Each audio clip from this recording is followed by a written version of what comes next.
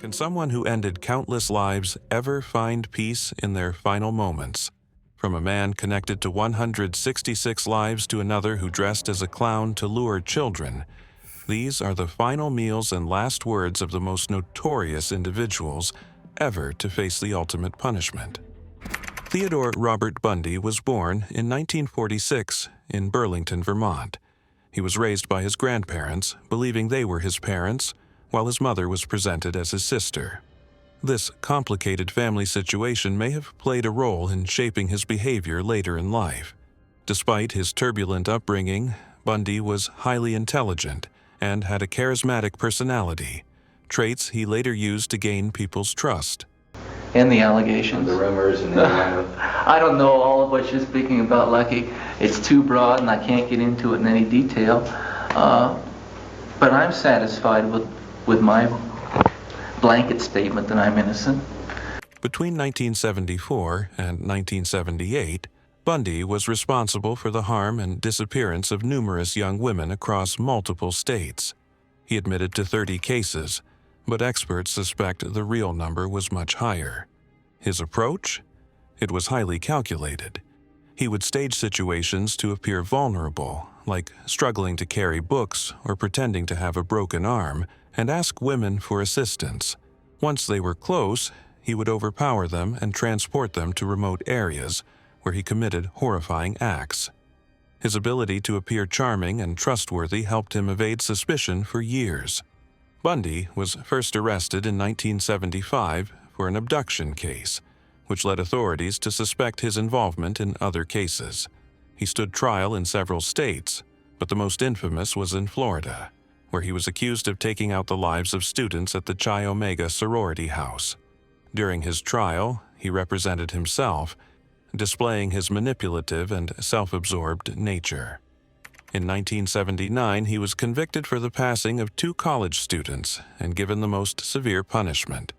The following year, he received another sentence for a case involving a 12-year-old girl. On January 24, 1989, his sentence was carried out. He declined a special last meal, so he was served the standard menu: steak, eggs, hash browns, and toast, though he chose not to eat. In his final moments, he directed a message to his attorney and a minister present, saying, "I'd like you to give my love to my family and friends." What happens when someone hides their true nature behind a mask? Literally. The man in the next story was known for entertaining children at parties, but his secret life was anything but innocent. John Wayne Gacy was born in 1942 in Chicago, Illinois. His childhood was difficult, as he faced both physical and emotional mistreatment from his father, which had a lasting impact on his mental state. Despite these struggles, he managed to become a well-known figure in his community. He even created the personas Pogo the Clown and Patches the Clown to perform at local events, making him appear friendly and approachable.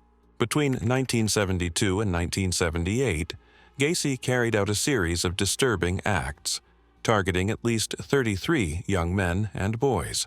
He would lure them to his home by offering jobs or inviting them to social gatherings. Once there, he restrained them using handcuffs and subjected them to extreme mistreatment before ending their lives, often by restricting their ability to breathe. Many of the victims were buried in the crawl space beneath his house, while others were placed in the Des Plaines River. Clowning was relaxation for me. I enjoyed entertaining kids. Like some people are, they unwind in different ways, either by going out drinking or that. I could put on clown makeup and I was relaxed. And I enjoyed doing it. It was only twice a month that I did it. Yeah, this was not used then for a lure to draw kids to you No, we would visit different hospitals and entertain the children there. And we didn't entertain them with handcuffs or anything like that. All we used was balloon animals and small toys and stuff. Gacy's actions started to unravel in December 1978, when 15-year-old Robert Peast went missing. The teenager was last seen with Gacy, which led authorities to begin investigating him. A search of his home uncovered evidence linking him to Piest's disappearance, as well as several other missing persons. Eventually, investigators discovered the remains of 29 individuals on his property, confirming their worst suspicions. Following his arrest, Gacy faced numerous charges. During his trial, he attempted to claim he was not in control of his actions, citing multiple personality disorder as a defense. However, the jury rejected this argument, and in 1980 he was convicted on all counts and given the most severe sentence possible. Gacy spent 14 years in confinement before his sentence was carried out on May 10, 1994, at Stateville Correctional Center in Illinois.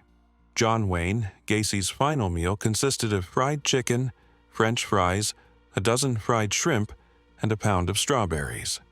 Gacy, who had managed a KFC restaurant before his horrific acts, specifically requested the fried chicken as part of his last meal. But even in his final moments, things didn't go as planned. A blockage in the fourth tube caused unexpected delays, stretching the process to 18 minutes instead of the quick procedure it was meant to be. Witnesses described it as disturbing, a fitting end to a life filled with darkness. And Gacy, he showed no remorse. His last words were a defiant, "Kiss my ass." Even at the very end, he refused to apologize.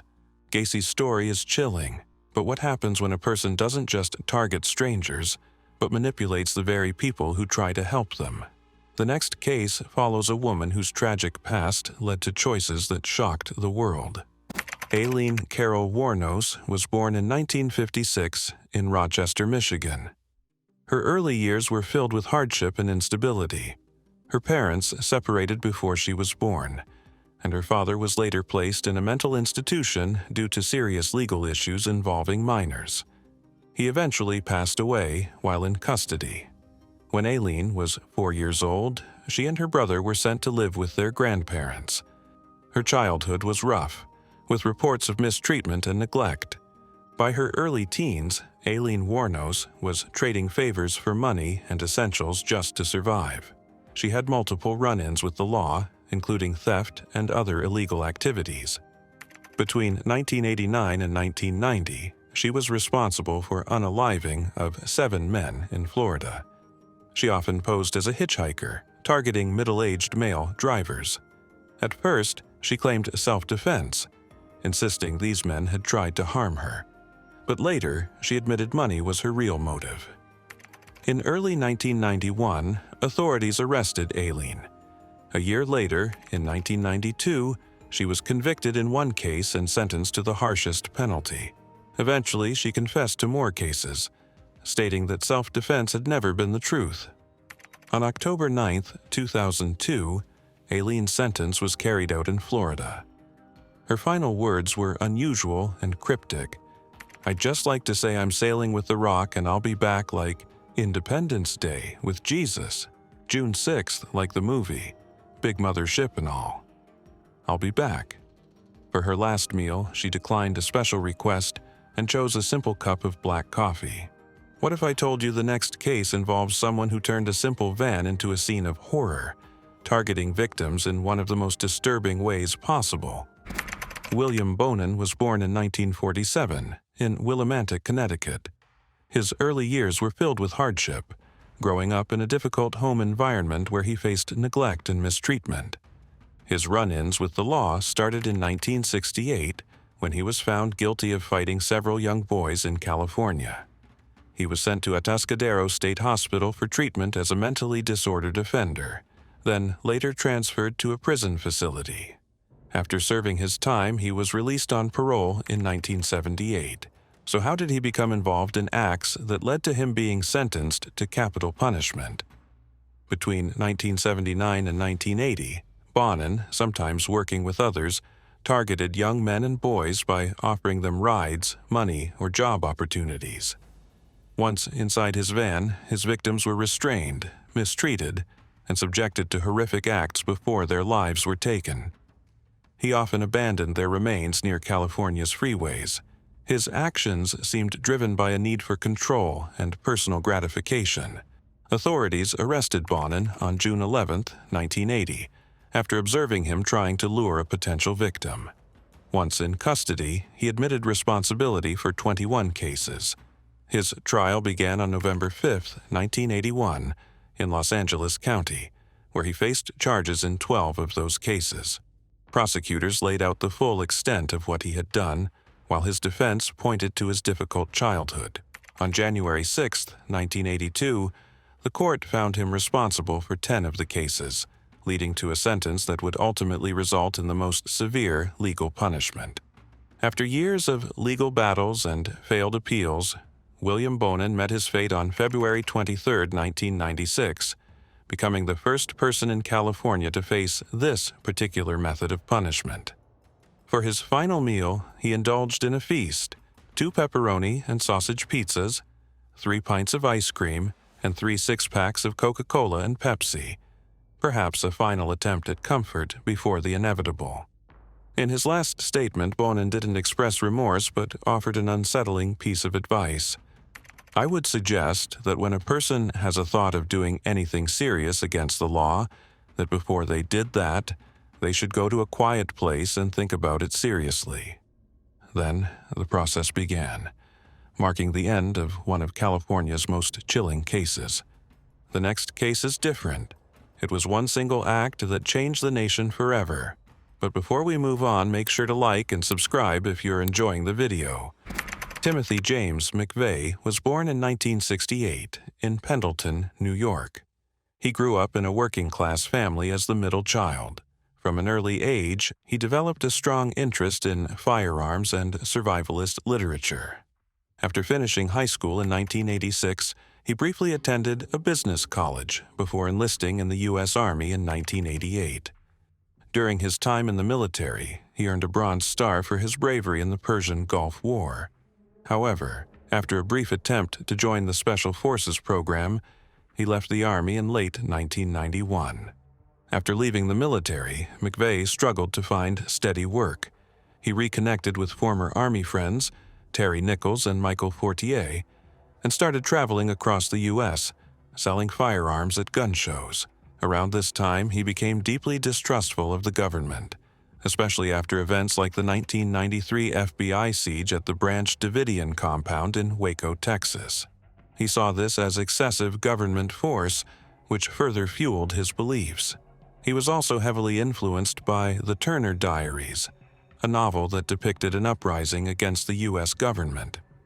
In September 1994, McVeigh began planning a large-scale horrific act on the Alfred P. Murrah Federal Building in Oklahoma City. Over the next several months, he and Nichols gathered large amounts of ammonium nitrate fertilizer and fuel oil to create a powerful explosive device. On April 19, 1995, the second anniversary of the Waco siege's deadly conclusion, McVeigh parked a rented Ryder truck filled with the explosive mixture in front of the Murrah Building. At 9:02 a.m., the explosion caused massive destruction, leading to the loss of 168 lives and injuring more than 500 others.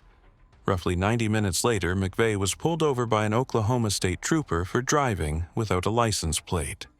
The trooper also found an unauthorized firearm in his possession, leading to his arrest. While in custody, investigators connected him to the Oklahoma City attack, and he was soon transferred to federal authorities. His trial began in April 1997, with Michael Fortier testifying against him as part of a plea agreement. After a month-long trial, McVeigh was found responsible for the attack and received the most severe penalty under U.S. law on June 13, 1997. In the hours before his sentence was carried out, McVeigh requested a final meal of 2 pints of mint chocolate chip ice cream. Instead of giving a final verbal statement, he left behind a handwritten note containing Invictus, a poem by William Ernest Henley. The poem ends with the lines, "I am the master of my fate. I am the captain of my soul." These words reflected McVeigh's unshaken demeanor in his final moments. Stephen Wayne Anderson was born in 1953. Not much is known about his early life or family, but his involvement in illegal activities started when he was young. By the time he was 18, he was caught breaking into homes and was found guilty of multiple instances of aggravated burglary.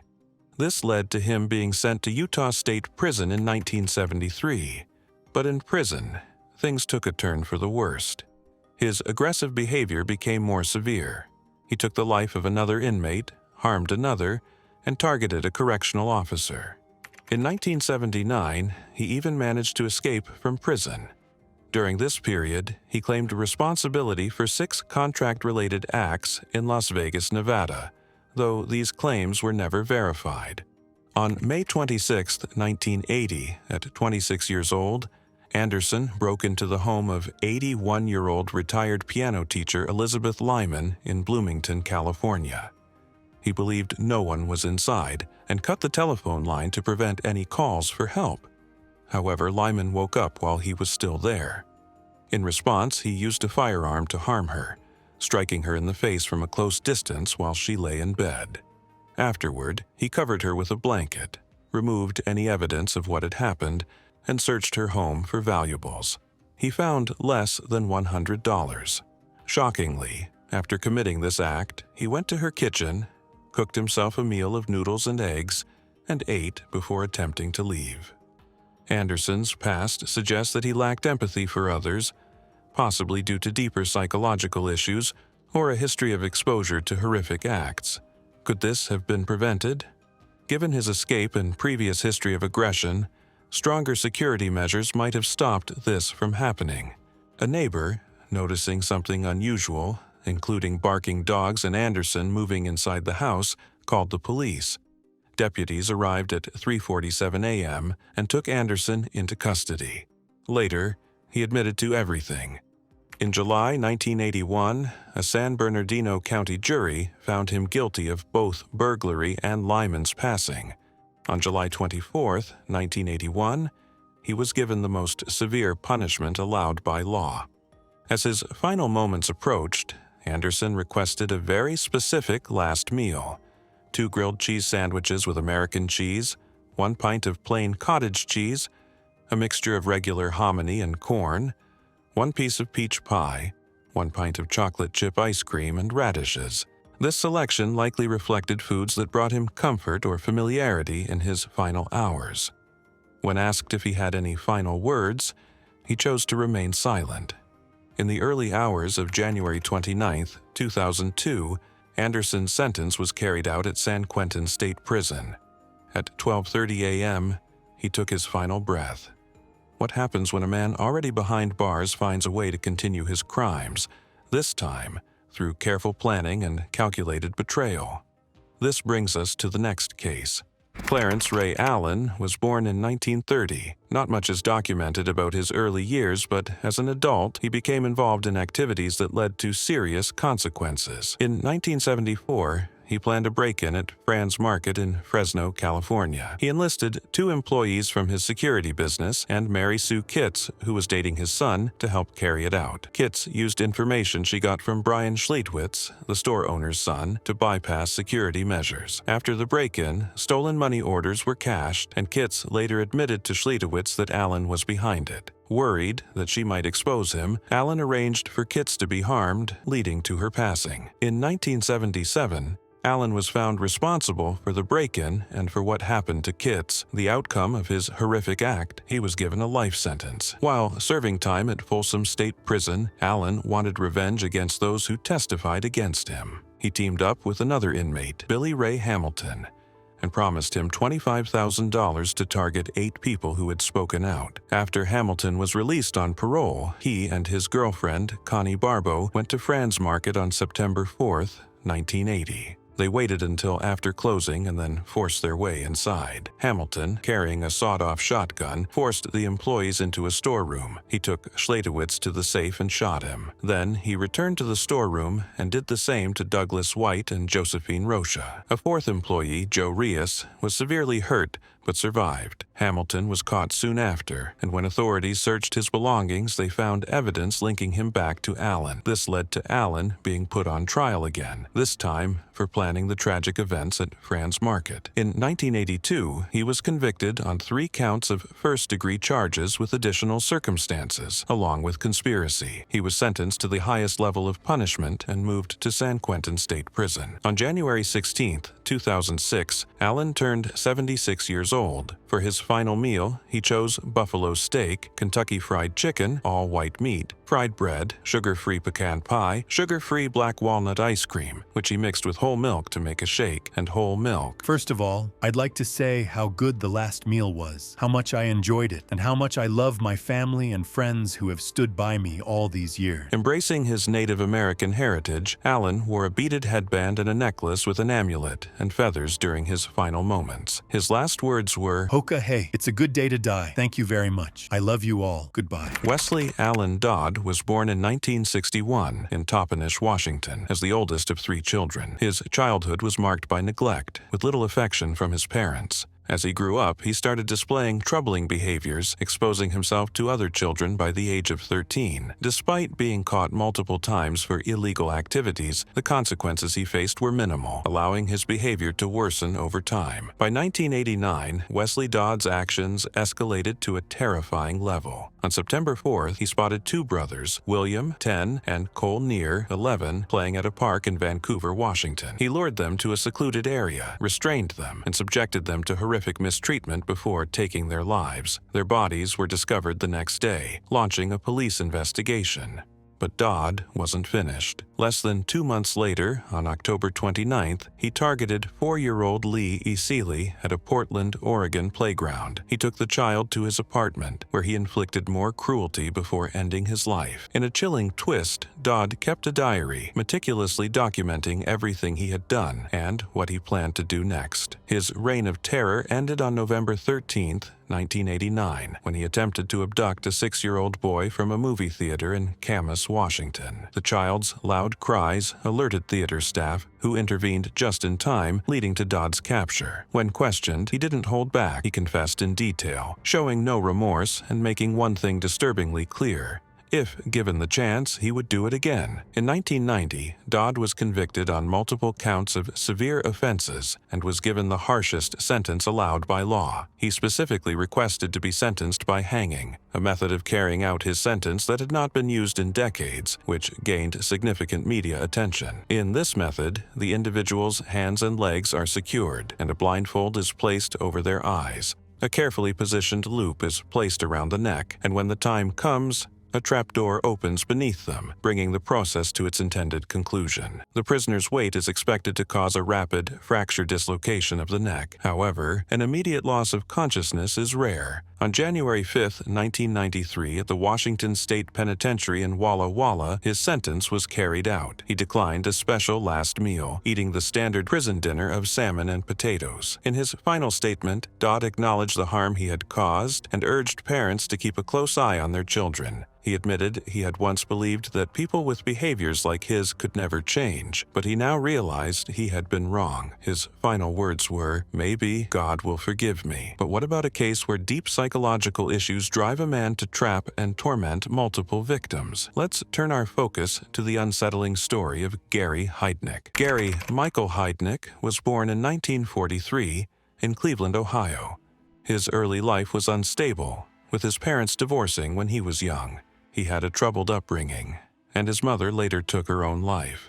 Heidnik dropped out of high school in his senior year and joined the Army in 1961. However, he was discharged due to psychological issues.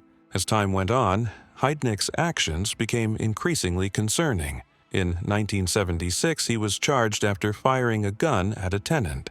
In 1978, he abducted his girlfriend's sister and mistreated her, leading to his confinement in mental institutions until 1983. In 1986, he faced more accusations, including harming his spouse. Between November 1986 and March 1987, Gary Heidnik carried out a horrifying plan, trapping 6 women in his basement in Philadelphia. Under his control, they endured severe mistreatment, including physical harm, starvation, and inhumane living conditions.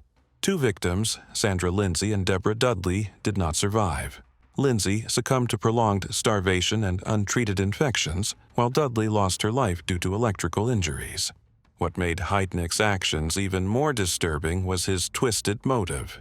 His lawyer later revealed that Heidnik believed he could force women into captivity to create a perfect group through controlled reproduction. an idea reflecting deep psychological instability. After his 1987 arrest, his defense team argued that his long history of mental illness made him unfit for trial. However, prosecutors pointed out his carefully managed finances and strategic investments, proving he was aware of his actions. In 1988, he was found guilty of multiple charges, including responsibility for 2 lives lost, and received the harshest sentence possible.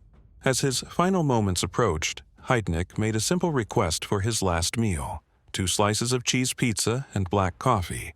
On July 6, 1999, at State Correctional Institution, Rockview in Pennsylvania, his sentence was carried out. Heidnik refused to give any final statement, leaving behind only silence. Heidnik's brutal actions force us to confront the dark side of unchecked mental instability. Meanwhile, in Texas, another man's nomadic life of horrific acts left a trail across state lines. Tommy Lynn Sells was born in 1964 in Oakland, California. His early years were filled with instability, and he was exposed to harmful environments that may have influenced his actions later in life. His upbringing was marked by neglect, and as he grew older, he found himself involved in horrific acts across multiple states, which led to him being called the coast-to-coast drifter. He claimed responsibility for more than 70 attacks, but investigators could only confirm his involvement in at least 22 cases. In July 1985, Sells met 28-year-old Ina Court and her 4-year-old son, Rory, at a carnival in Forsyth, Missouri. After being invited into their home, he brutally harmed both of them using a baseball bat to cause fatal injuries. One of the most notorious cases linked to Tommy Lynn Sells was the 1997 unalivement of 10-year-old Joel Kirkpatrick in Illinois. Years later, Sells confessed, leading to the exoneration of Joel's mother, Julie Rhea Harper, who had been wrongfully convicted. But Sells' most infamous incident came on December 31, 1999. That night, he broke into a home near Del Rio, Texas, where he targeted 13-year-old Kayleen Harris and 10-year-old Crystal Surlees. Harris did not survive, but Crystal, despite suffering a severe neck injury, managed to stay conscious. Against all odds, she later provided a detailed description of her targeter, which led authorities to track Sells down. He was arrested just 2 days later, on January 2, 2000. During his trial, the true scope of his behavior became horrifyingly clear. Evidence revealed his trail of horrible acts across multiple states, solidifying his reputation as one of the most dangerous individuals in modern history. On September 20, 2000, he was found guilty and sentenced to the harshest penalty under Texas law. His final moments came on April 3, 2014, at the Texas State Penitentiary in Huntsville. When given the chance to speak, he simply declined, muttering only "no." As the process began, he took deep breaths, closed his eyes, and made a few snoring sounds before falling silent. 13 minutes later, at 6:27 p.m.